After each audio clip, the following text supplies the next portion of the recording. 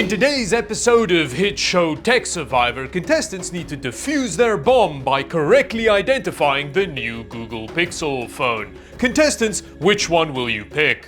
I think it's this one. But before we get back to more Tech Survivor shenanigans, a word from today's video sponsor. Micro Center! And their back to school sales event, where you can get crazy deals on CPUs, laptops, and a whole bunch of other PC components. Austin, you're getting a Micro Center, and Columbus, Ohio, your grand reopening is happening on the 22nd of August. So if you live in Ohio, go click on the link down below to check out this scheduled event this coming Saturday. And while you're down there, you should also check out Micro Center News for all your tech news, Micro Center style. When was the last time you got a new phone that felt like a genuine technological leap over the previous one?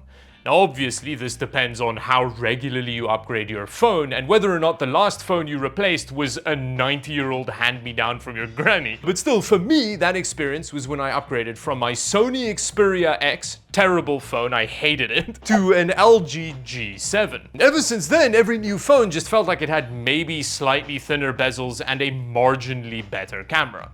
But maybe that changes with the new Google Pixel 11. Straight off the bat, I don't have high hopes because this isn't an 11, and if you could tell, then, well, you should probably go outside more because they look basically identical. But I'm getting ahead of myself. Maybe all of the massive technological improvements live on the inside of the phone. So in today's video, we're gonna see why Google says we should be excited about the new 11, and then we'll see if those changes actually matter. Most of them are camera-based. Spoiler alert, so yeah, let's get into it. Now, Google Canada sent over this Pixel 11 Pro XL, which I'm very interested to check out because I have a 9 Pro non-XL, and I'm curious to see how much this phone is different to my phone, other than it being bigger, obviously. Ooh, there it is. We've got massive camera hump. It's the same looking camera hump as is on my phone. First, I want to see what accessories you get in the box, and you get a cable. Now this is something that is quite controversial. I see people on the internet complain quite a lot about phones not coming with accessories anymore.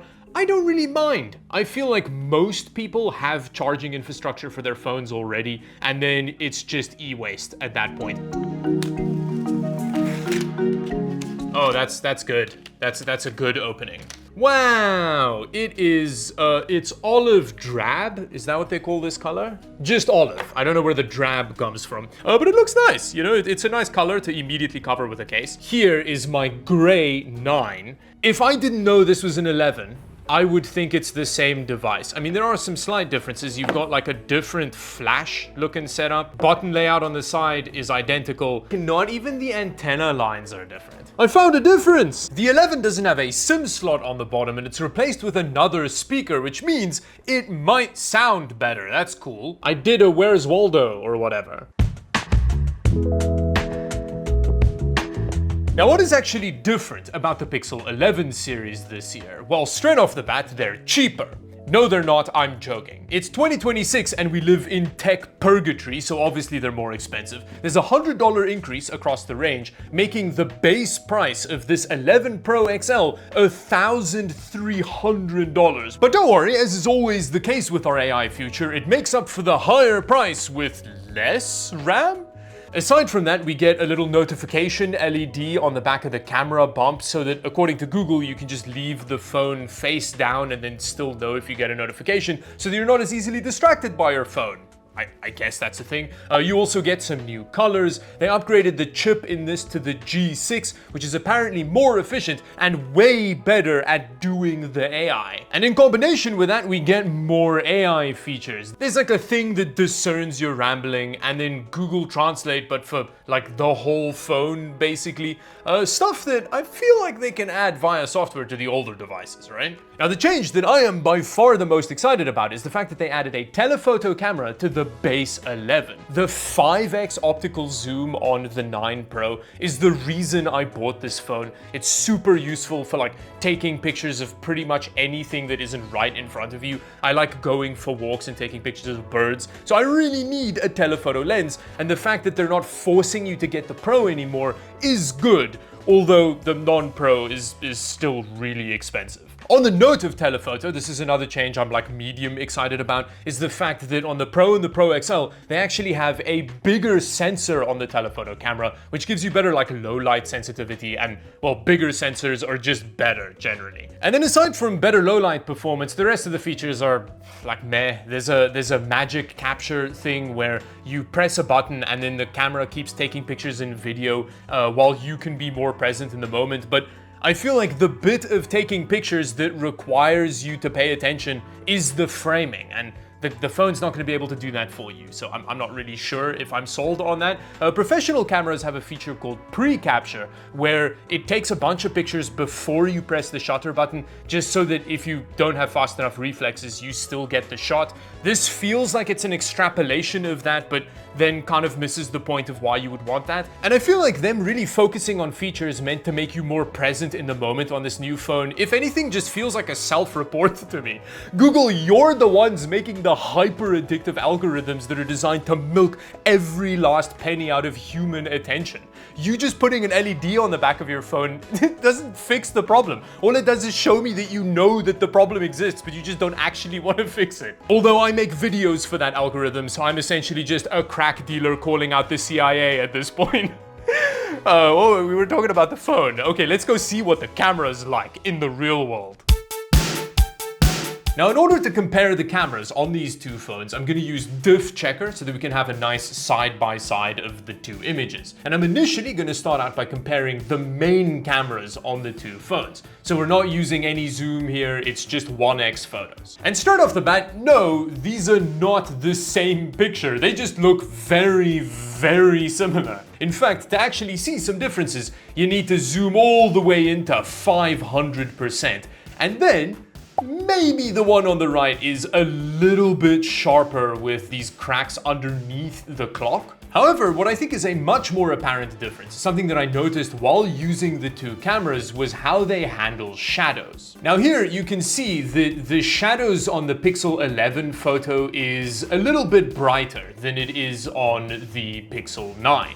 Now, this ability to capture a larger range of exposure is called dynamic range, and from this, it does seem like the Pixel 11 has slightly more dynamic range than the 9, which is something you can again see when moving over to these images, where the Pixel 9 on the left has darker shadows. However, I was initially thinking that this might have been a software trick, because with the Pixel 9, if you select a darker part of the image, it does brighten it up quite a bit. Like with these two, where I picked the dark bit with the tree in the bottom, and you can see now, dynamic range-wise, the two images look very similar. However, when moving over to this image, you can see that the Pixel 11 has much cleaner shadows here. This is also a darker image, so I think better low light plays a role here. This image also has different colors, and I think that the Pixel 11's photo looks more like how it looked in real life when I was there taking the pictures. But again, side by side, the differences between the main cameras on these two phones is very small. You've really got to be looking out for them.